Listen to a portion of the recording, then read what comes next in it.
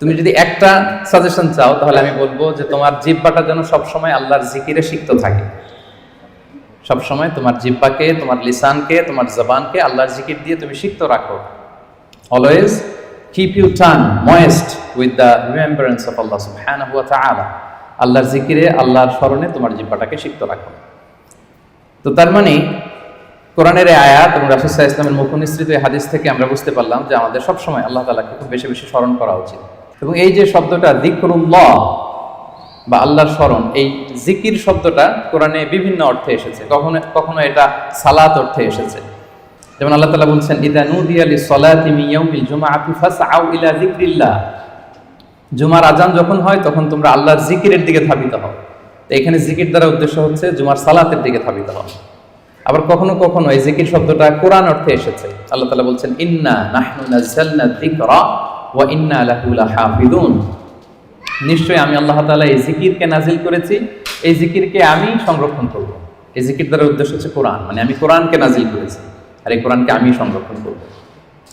আবার কখনো এই জিকির আল্লাহর আইন বা আল্লাহর বিধান অর্থে কোরআনে এসেছে। আল্লাহ তাআলা বলছেন ওয়ামান আ'রাদা আন যিকরি ফাইন্না লাহু মাঈশাতান বাঙ্কা।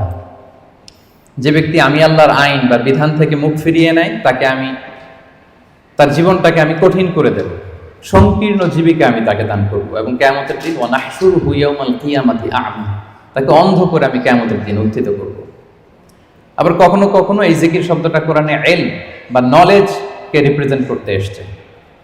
যেমন আল্লাহ তাআলা ইরশাদ করছেন ফাসআলু আহলা যিকরি ইন কুনতুম লা তা'লামুন। তোমরা যদি কিছু না জানো তাহলে আহলে জিকিরকে জিজ্ঞেস করে জেনে নাও। তো এই আহলে জিকির দ্বারা উদ্দেশ্য কি? আহলুল ইলম, মানে যার কোরআন সুন্নাহর জ্ঞান আছে। আবার পাশাপাশি জিকির বলতে আল্লাহর স্মরণও বোঝায়, সিম্পলি আল্লাহ তাআলাকে স্মরণ করা, যেটা আমাদের আজকের টপিক, রিমেম্বারেন্স অফ আল্লাহ সুবহানাহু ওয়া তাআলা। যে আয়াতটা দিয়ে আমরা শুরু করেছিলাম যে ইয়া আইয়ুহাল্লাযীনা আমানু যকুরুল্লাহা যিকরান কাসীরা। ওহে বিশ্বাসীরা, তোমরা আল্লাহ তাআলাকে বেশি বেশি স্মরণ করো। তাহলে সাধারণত স্মরণ করার অর্থ কোরআনে পাওয়া যায়। সম্মানিত সুধী, মূলত আমরা যে ইবাদতগুলো অফার করি সকল ইবাদতের মূল উদ্দেশ্য হচ্ছে আল্লাহ তাআলার স্মরণ। আপনারা যদি একটু খেয়াল করে দেখেন, আমরা যত ইবাদত করি, যে সমস্ত ইবাদতগুলো ফারজ করা হয়েছে, আসলে এর মূল উদ্দেশ্য কি? আল্লাহ তাআলাকে স্মরণ করা। আমরা যে সালাত করি আসলে উদ্দেশ্য কি? আল্লাহর স্মরণ। আল্লাহ এটা বলেছেন ওয়া আকিমিস সালাতা লিযিকরি ইন্নানি আনাল্লাহু লা ইলাহা ইল্লা আনা ফা'বুদনি ওয়া আকিমিস সালাতা লিযিকরি। মুসা আলাইহিস সালামকে আল্লাহ বললেন আমি হচ্ছি আল্লাহ, আমি ছাড়া কোনো ইলাহ নেই, আর আমার স্মরণে সালাত কায়েম করো। তাহলে সালাতটা আমরা কায়েম করছি কার স্মরণে? বলুন সবাই, কার স্মরণে? আল্লাহর স্মরণে কায়েম করছি। আবার অনুরূপভাবে আমরা যে হজ আদায় করি, এই হজেরও মূল উদ্দেশ্য হচ্ছে আল্লাহ তাআলার স্মরণ। আল্লাহ তাআলা বলছেন ফাইদা কাদাইতুম মানাসিকাকুম ফাযকুরুল্লাহা কাযিকরিকুম আবাআকুম আও আশাদ্দা যিকরা। তোমাদের হজের কার্যক্রম যখন শেষ হয়ে যায় তখন আল্লাহ তাআলাকে ওইভাবে স্মরণ করো যেমনি জাহিলি যুগে তোমরা তোমাদের পূর্বপুরুষদের স্মরণ করতে, বা তার চেয়ে বেশি স্মরণ করো। তাহলে সালাতের উদ্দেশ্য আল্লাহকে স্মরণ, আমরা এই আয়াত থেকে পেলাম হজের উদ্দেশ্য আল্লাহকে স্মরণ। সিয়ামের উদ্দেশ্যের দিকে যদি আমরা খেয়াল করি, সিয়ামের প্রাইম অবজেক্টিভ হচ্ছে লাআল্লাকুম তাত্তাকুন, যাতে করে তোমরা আল্লাহ সচেতন হতে পারো। অর্থাৎ এই অনুভূতি নিজের মধ্যে বিল্ড করতে পারো যে আমি যাই করি না কেন কে দেখে? আল্লাহ সুবহানাহু ওয়া তাআলা দেখে। তার মানে আল্লাহ স্মরণ। তার মানে সালাত আদায় করি, উদ্দেশ্য আল্লাহ স্মরণ। হজ আদায় করি, এটার উদ্দেশ্য আল্লাহ স্মরণ। আমরা যে রমাদানে সিয়াম অফার করছি, এটার উদ্দেশ্য কিন্তু আল্লাহ স্মরণ। তাহলে সকল ইবাদতের মূল উদ্দেশ্য বেসিকলি আল্লাহ তাআলাকে স্মরণ করা। সম্মানিত উপস্থিতি, এই পর্যায়ে আমি এই যে আল্লাহকে স্মরণ করতে বারবার বলা হয়েছে কোরআনে হাদিসে, এই স্মরণ করলে আমাদের লাভটা কি, কি বেনিফিট আছে? দ্য বেনিফিটস অফ যিকরুল্লাহ, আল্লাহ তাআলাকে বেশি বেশি স্মরণ করার কিছু বেনিফিটস আমি শেয়ার করতে চাই। আমি 10টি বেনিফিট শেয়ার করব খুব সংক্ষেপে। বেশি বেশি আল্লাহ তাআলাকে স্মরণ করা বা আল্লাহর জিকির করার যে বেনিফিটগুলো আছে, তার প্রথমটা হচ্ছে এর মধ্য দিয়ে আল্লাহ তাআলার সাথে আমাদের একটা স্পেশাল অ্যাটাচমেন্ট গড়ে ওঠে, একটা সুগভীর সম্পর্ক গড়ে ওঠে। এবং আপনি যে আপনার যে কোনো পরিস্থিতিতে আল্লাহর উপর তাওয়াক্কুল করেন, এটা প্রমাণিত হয়। You put you trust on Allah, you rely upon Allah. আপনার যে কোনো সিচুয়েশনে আপনি আল্লাহকে স্মরণ করেন, তার মানে কি আপনার তাওয়াক্কুল বা বিশ্বাস, আস্থার জায়গাটা কার উপরে? আল্লাহর উপরে, এটা প্রমাণিত হয়।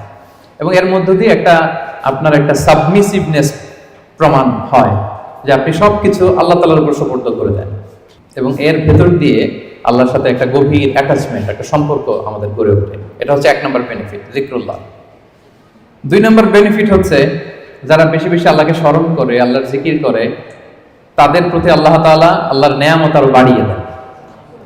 আল্লাহর ব্লেসিংস, মার্সি, বাউন্টিজ এগুলো আল্লাহ তাআলা আরো বাড়িয়ে দেন।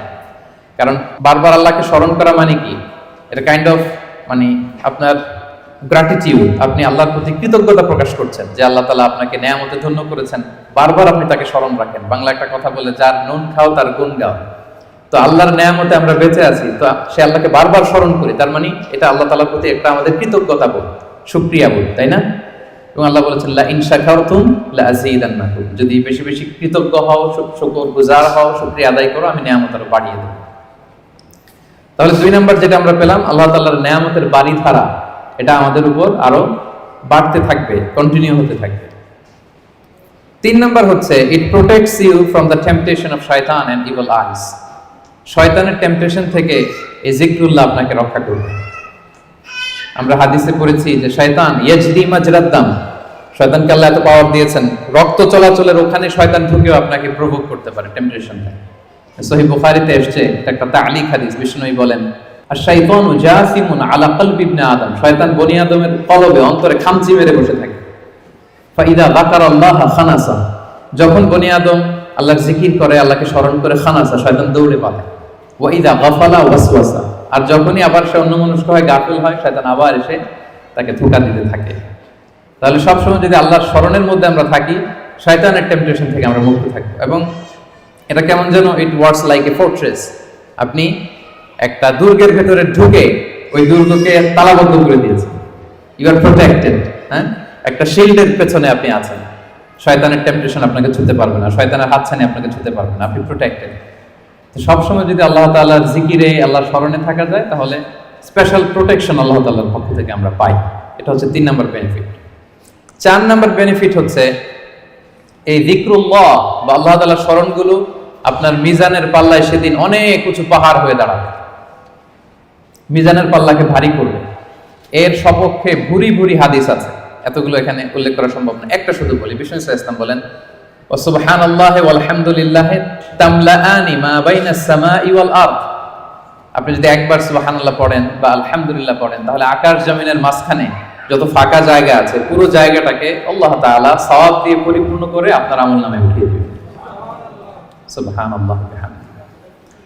তাহলে প্রত্যেকটা তাসবিহ উচ্চারণের মধ্য দিয়ে আমার আমলনামা বাড়তেছে, তাই না? আমার মিজানের পাল্লা সেটা ভারী হবে। ফামান সাকুলাত মাওয়াজিনুহু ফাহুয়া ফি ঈশাতির রাদিয়া, আর সেদিন যার মিজানের পাল্লা ভারী হবে, সে আনন্দে থাকবে, সুখে থাকবে, স্বচ্ছন্দ থাকবে, শেষ হাসিটা সেই হাসবে। সো এই জিকিরটাকে, এটা আমাদের এডিকশনে রূপান্তর করা উচিত। বি এডিক্টেড উইথ দ্য যিকরুল্লাহ। সবসময় আপনি পড়ুন লা ইলাহা ইল্লাল্লাহ, সুবহানাল্লাহ। ট্রাফিক জ্যামে আটকে আছেন, পড়ুন আস্তাগফিরুল্লাহ। ড্রাইভিং করছেন, পড়ুন আস্তাগফিরুল্লাহ। মিটিং এ আছেন, ফাঁকে পড়ুন আস্তাগফিরুল্লাহ। অবসর সময় কাটাচ্ছেন, পড়ুন লা হাওলা ওয়ালা কুওয়াতা ইল্লা বিল্লাহ, হাসবুনাল্লাহ। আপনি পড়ুন, আপনি প্রোটেক্টেড থাকবেন এবং প্রতিটি শব্দ উচ্চারণের মধ্য দিয়ে আপনার আমলনামা ভারী হতে থাকবে। আচ্ছা, 5 নম্বর বেনিফিট হচ্ছে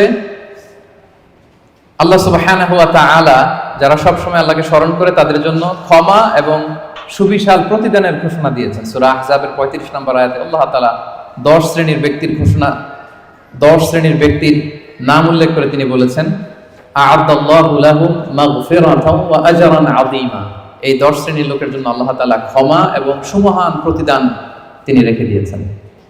এই 10 শ্রেণীর ব্যক্তির মধ্যে এক শ্রেণী হচ্ছে আয-যাকিরুনাল্লাহা কাসীরাও ওয়ায-যাকিরাত, যারা সব সময় সর্ব অবস্থায় আল্লাহ তাআলাকে স্মরণ করে, তাদের জন্য আল্লাহ তাআলা ক্ষমা প্রস্তুত করে রেখেছেন।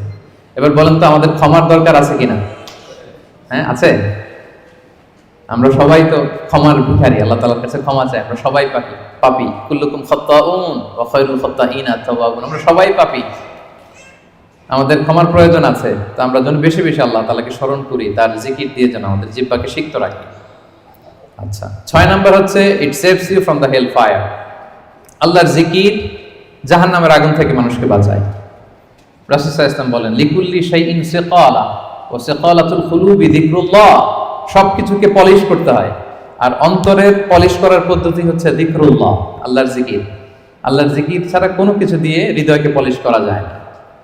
এরপর বিষ্ণু সাল্লাল্লাহু আলাইহি ওয়াসাল্লাম বলেছেন, মা মিন শাইইন আনজা মিন আযাবিল্লাহি মিন যিকরিল্লাহ, আল্লাহর আযাব থেকে বান্দাকে বাঁচাতে আল্লাহর জিকিরের চেয়ে কার্যকরী দ্বিতীয় কোনো জিনিস আর পৃথিবীতে নেই।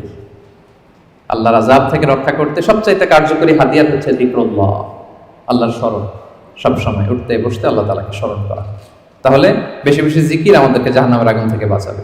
8 নাম্বার বেনিফিট হচ্ছে, এটা খুব ইন্টারেস্টিং যদি আপনারা একটু খেয়াল করেন, যে এই জিকিরটা এটা যে কোনো সময় করা যায়। কি বলেন? যে কোনো সময় করা যায়, যে কোনো পরিস্থিতিতে করা যায়, ইন এনি সিচুয়েশন, যেখানে থাকেন করা যাবে। আল্লাহ বলেছেন ফাযকুরুল্লাহা কিয়ামান ওয়া কুউদান ওয়া আলা জুনুবিহিম, দাঁড়িয়ে করা যায় আল্লাহর জিকির, বসে করা যায়, শুয়ে করা যায়, ইভেন আপনি যদি অপবিত্র থাকেন তখনও করা যায়। আল্লাহর জিকির করার জন্য, আল্লাহকে মনে মনে স্মরণ করার জন্য কিন্তু পবিত্রতা প্রয়োজন নেই, সবাই একমত। ইভেন আপনি যদি জুনুবি হালাতে থাকেন, মানে আপনার উপর গোসল করা ফরজ, তখনও আপনি আল্লাহর জিকির করতে পারবেন। ইভেন আমাদের বোনদের যখন পিরিয়ড চলে তখনও তারা আল্লাহর জিকিরগুলো করতে পারে, তাসবিহগুলো করতে পারে, তাহলিলগুলো করতে পারে। সুবহানাল্লাহ ওয়া বিহামদিহি। তাহলে এটা এমন একটা আমল যেটা সব সময় করা যায়, যে কোনো মুহূর্তে করা যায়, যে কোনো সিচুয়েশনে করা যায়। এই জন্য আমরা যেন নিজেদেরকে আল্লাহর জিকিরের সাথে জুড়ে রাখি, সম্পৃক্ত করে রাখি, সবসময় আমাদের জিহ্বা যেন আল্লাহর জিকির দিয়ে আমরা সিক্ত রাখি। 9 নম্বর বেনিফিট হচ্ছে, আমরা যদি আল্লাহর জিকির করি আল্লাহ আমাদের জিকির করে। সুবহানাল্লাহ ওয়া বিহামদিহি। আল্লাহ তাআলা বলছেন ফাযকুরুনি আযকুরকুম ওয়াশকুরুলি ওয়ালা তাকফুরুন, ওহে বান্দারা তোমরা আমাকে স্মরণ করো, আমিও তোমাদেরকে স্মরণ করি। আমরা আল্লাহকে স্মরণ করলে আল্লাহ আমাদেরকে স্মরণ করে। সুবহানাল্লাহ। এটা অনুভূতির বিষয়। প্রাইম মিনিস্টার আনোয়ার ইব্রাহিম যদি আমাকে স্মরণ করে, আমাকে নিয়ে কথা বলে প্রাইম মিনিস্টারের অফিসে, এটা কেমন ফিল হবে আপনাদের? জো বাইডেন আমাকে নিয়ে আলাপ করে হোয়াইট হাউস, এটা কেমন ফিল হবে আপনাদের? আরশের মালিক আল্লাহ সুবহানাহু ওয়া তাআলা আপনাকে স্মরণ করে, আপনার নাম উল্লেখ করে, এটা কেমন লাগে আপনার কাছে? আল্লাহু আকবার।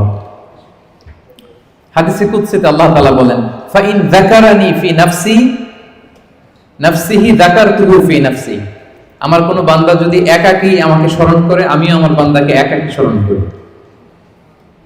আমার কোন বান্দা মনে মনে আমাকে স্মরণ করলে আমি তাকে মনে মনে স্মরণ করি। ওয়া ইন যাকারানি ফি মালাইন যাকারতুহু ফি মালাইন খায়রিম মিনহু, আর সামষ্টিকভাবে কোন বিশাল প্রোগ্রামে, গেট টুগেদারে যদি সবাই মিলে আমি আল্লাহকে স্মরণ করে, তাহলে আমি এর চেয়েও বড় গেট টুগেদার সাজিয়ে ফেরেশতাদেরকে নিয়ে সেখানে আমি আমার বান্দাকে স্মরণ করি। ওয়া ইন তাকাররাবা ইলাইয়া বিশিবরিন তাকাররাবতু ইলাইহি যিরাআন, আমার কোন বান্দা যদি আমার দিকে এক বিঘত অ্যাডভান্স হতে চায়, অগ্রসর হতে চায়, আমি আমার বান্দার দিকে এক হাত অগ্রসর হই। ওয়া ইন তাকাররাবা ইলাইয়া যিরাআন তাকাররাবতু ইলাইহি বাআন, আমার কোন বান্দা যদি আমার দিকে এক হাত আসতে চায়, আমি আমার বান্দার দিকে 2 হাত এগিয়ে যাই। ওয়া ইন আতানি ইয়ামশি আতাইতুহু হারওয়ালা, আমার কোন বান্দা যদি আমার দিকে হেঁটে হেঁটে আসতে চায়, আমি আমার বান্দার সাক্ষাতে উৎগ্রীব হয়ে তার দিকে দৌড়ে দৌড়ে যাই। ফাযকুরুনি আযকুরুকুম ওয়াশকুরুলি ওয়ালা তাকফুরুন, আমাকে স্মরণ করো তো আমিও তোমাদের স্মরণ করব। আল্লাহু আকবার। তাহলে জিকিরের 9 নম্বর বেনিফিট হচ্ছে, আমরা আল্লাহকে স্মরণ করলে আল্লাহ কি করে? আমাদেরকে স্মরণ করে। জিকিরের 10 নম্বর বেনিফিট হচ্ছে, জিকির হৃদয়কে প্রশান্ত করে। আলা বিযিকরিল্লাহি তাতমাইন্নুল কুলুব, আল্লাহর জিকির দিয়ে, আল্লাহর স্মরণ দিয়ে আমাদের হৃদয় প্রশান্ত হয়। সম্মানিত ভাই এবং বোনেরা, পৃথিবীর কোনো কিছু দিয়ে আপনার হৃদয়কে আপনি পরিতৃপ্ত করতে পারবেন না। কোনো কিছু না, তৃপ্ত হবে না আপনার হৃদয়। আপনি যদি খুব পেট ভরে ভালো কিছু খান 5 স্টার বুফেতে, আপনার পেট ভরবে কিন্তু হৃদয় তৃপ্ত হবে না। আপনি যদি অনেক টাকার মালিক হন, আপনার একটা স্যাটিসফ্যাকশন আসবে কিন্তু আপনার হৃদয় তৃপ্ত হবে না। আপনার যদি অনেক নেম হয়, ফেম হয়, পাওয়ার আসে আপনার হাতে, আপনার একটা স্যাটিসফ্যাকশন আসবে, আপনার হৃদয় তৃপ্ত হবে না। বিবাহিতরা তারা যদি ফিজিক্যাল ইন্টিমেসিতে যায় হালাল পন্থায়, তার ডিজায়ার ফুলফিল হয় কিন্তু তার কল্প তৃপ্ত হয় না, হৃদয় তৃপ্ত হয় না। হৃদয় তৃপ্ত হয় কেবলমাত্র শুধুমাত্র একমাত্র একটি নামের স্মরণে। নামটা কি? আল্লাহ। আলা বিযিকরিল্লাহি তাতমাইন্নুল কুলুব, জেনে রেখো শুধুমাত্র কেবলমাত্র আল্লাহর নামের স্মরণেই আমাদের হৃদয় প্রশান্ত হয়। আল্লাহর জিকিরেই আপনি মনোদৈহিক প্রশান্তি লাভ করবেন। বিষ্ণু সাল্লাল্লাহু আলাইহি ওয়াসাল্লাম বলেছেন, মাসালুল্লাযী ইয়াযকুরু রাব্বাহু ওয়াল্লাযী লা ইয়াযকুরু মাসালুল হাইয়্যি ওয়াল মাইয়্যিত, যে ব্যক্তি আল্লাহকে স্মরণ করে আর করে না, তাদের পার্থক্য হচ্ছে জীবিত আর মৃতের মতো। যে আল্লাহকে স্মরণ করে তার হৃদয়টা জীবিত, আর যে ব্যক্তি আল্লাহকে স্মরণ করে না, অ্যাপারেন্টলি তাকে জীবিত মনে হলেও আল্লাহ বলে তার হৃদয়টা মৃত। ইবনু তাইমিয়া আলাইহি রাহমা উনি বলতেন, পানি ছাড়া যেমনি মাছ বাঁচতে পারে না, পানি থেকে মাছ উঠিয়ে ফেললে মাছের যেরকম অবস্থা, কোন বান্দা যখন গাফেল হয়ে আল্লাহর জিকির থেকে দূরে সরে যায়, তার হৃদয়ের ঠিক ওই অবস্থা হয়ে যায়। এটা মৃত অন্তরে রূপান্তরিত হয়। সম্মানিত ভাই বোনেরা, তাহলে আল্লাহর স্মরণের সর্বশেষ 10 নম্বর বেনিফিট আমরা যেটা পেলাম সেটা হচ্ছে আলা বিযিকরিল্লাহি তাতমাইন্নুল কুলুব। আল্লাহর জিকিরে আমাদের হৃদয় প্রশান্ত হয়। তাহলে এই 10টা বেনিফিট আমরা তো বুঝতে পারলাম নাকি? এখন কি মনের মধ্যে আগ্রহ জাগতেছে বেশি বেশি আল্লাহর তাসবিহ, তাহলিল, জিকিরগুলো করার অবসর টাইমে? হ্যাঁ, ইনশাআল্লাহ বলেন সবাই। ইনশাআল্লাহ, আল্লাহ আমাদের তৌফিক দান করুক। এবার আমরা একটু করে জেনে নেই, এই যে জিকির করব এটার পদ্ধতি কি। জিকিরের পদ্ধতি নিয়ে আবার অনেক কথাবার্তা আছে। কোন পদ্ধতিতে এই জিকিরটা আমরা করব? শুরুতেই তো আমরা এতটুকু বলেছি যে আল্লাযীনা ইয়াযকুরুনাল্লাহা কিয়ামান ওয়া কুউদান ওয়া আলা জুনুবিহিম, যে দাঁড়িয়েও জিকির করা যায়, বসেও করা যায়, শুয়েও করা যায়।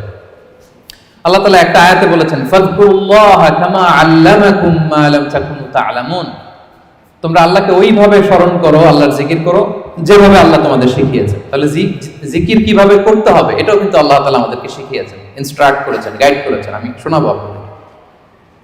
আল্লাহ যেভাবে শিখিয়েছেন, ফাযকুরুল্লাহা কামা আল্লামাকুম, আল্লাহ যেভাবে শিখিয়েছেন ওইভাবে করো জিকির। কিভাবে শিখিয়েছেন আল্লাহ?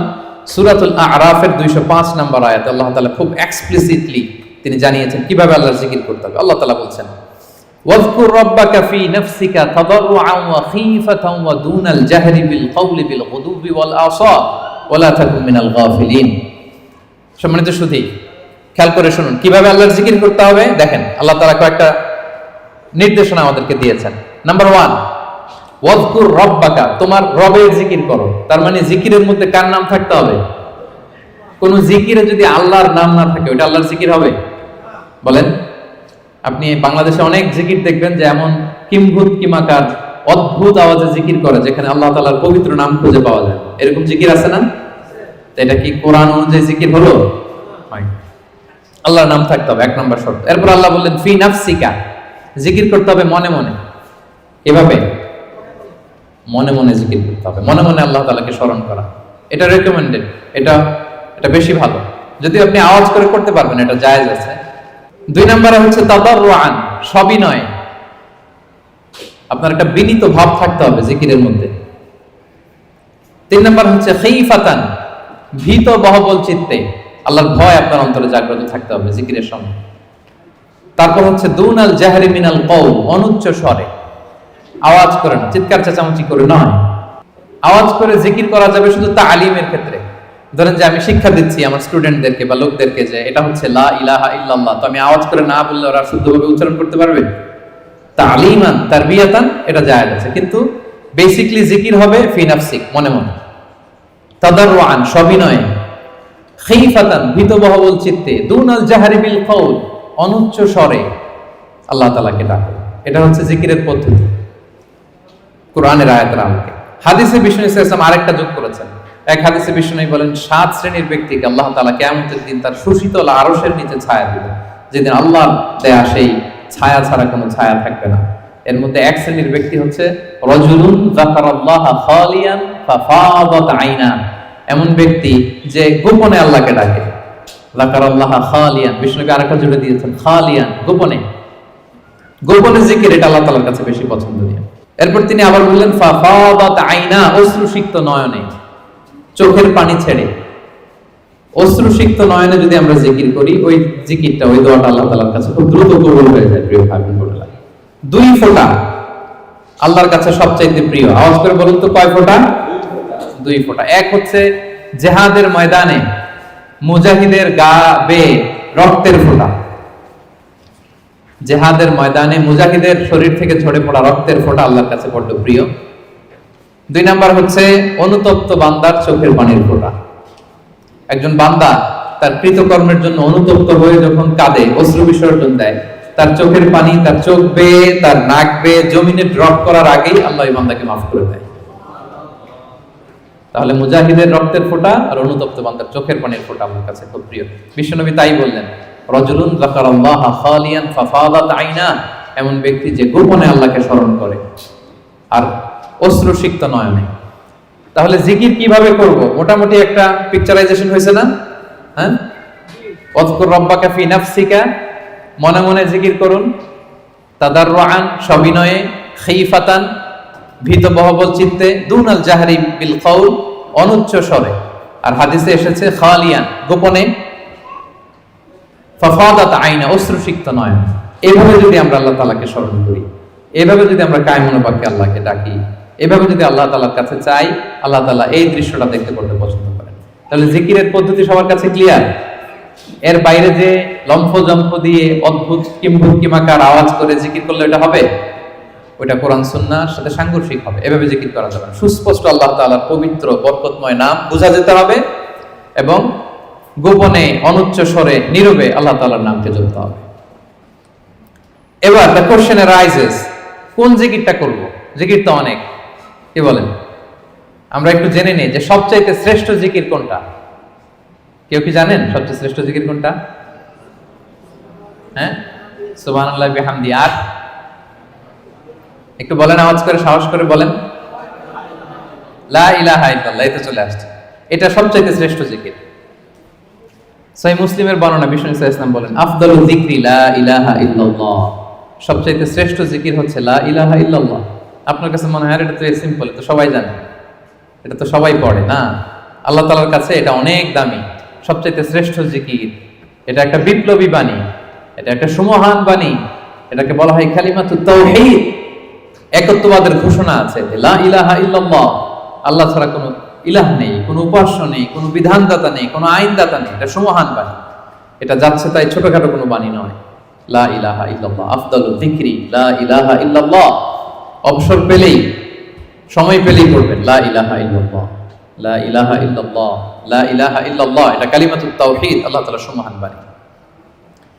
এটা যে আমাদের কাছে খুব স্বাভাবিক জিকির মনে হয়, এটা এই ব্যাপারটা আবার অস্বাভাবিক না, এটাও স্বাভাবিক। কারণ মুসা আলাইহিস সালামের কাছে এমন মনে হয়েছিল। মুসা আলাইহিস সালাম সরাসরি আল্লাহর সাথে কথা বলতেন। মুস্তাদরাকে হাকিমে একটা হাদিস এসেছে, মুসা আলাইহিস সালাম আল্লাহকে বললেন, ইয়া রব্বি আল্লিমনি শাইআন আযকুরুকা বিহি ওয়া আদউকা বিহি। মুসা আলাইহিস সালাম আল্লাহকে বললেন, আল্লাহ আপনি আমাকে এমন একটা জিকির শিক্ষা দেন যে জিকিরটা দিয়ে আমি আপনাকে ডাকবো, আপনার কাছে চাইবো, এবং এটা আর কেউ জানবে না, আপনি আর আমি। তো আল্লাহ বললেন, ইয়া মুসা কুল লা ইলাহা ইল্লাল্লাহ, হে মুসা তুমি পড়ো লা ইলাহা ইল্লাল্লাহ।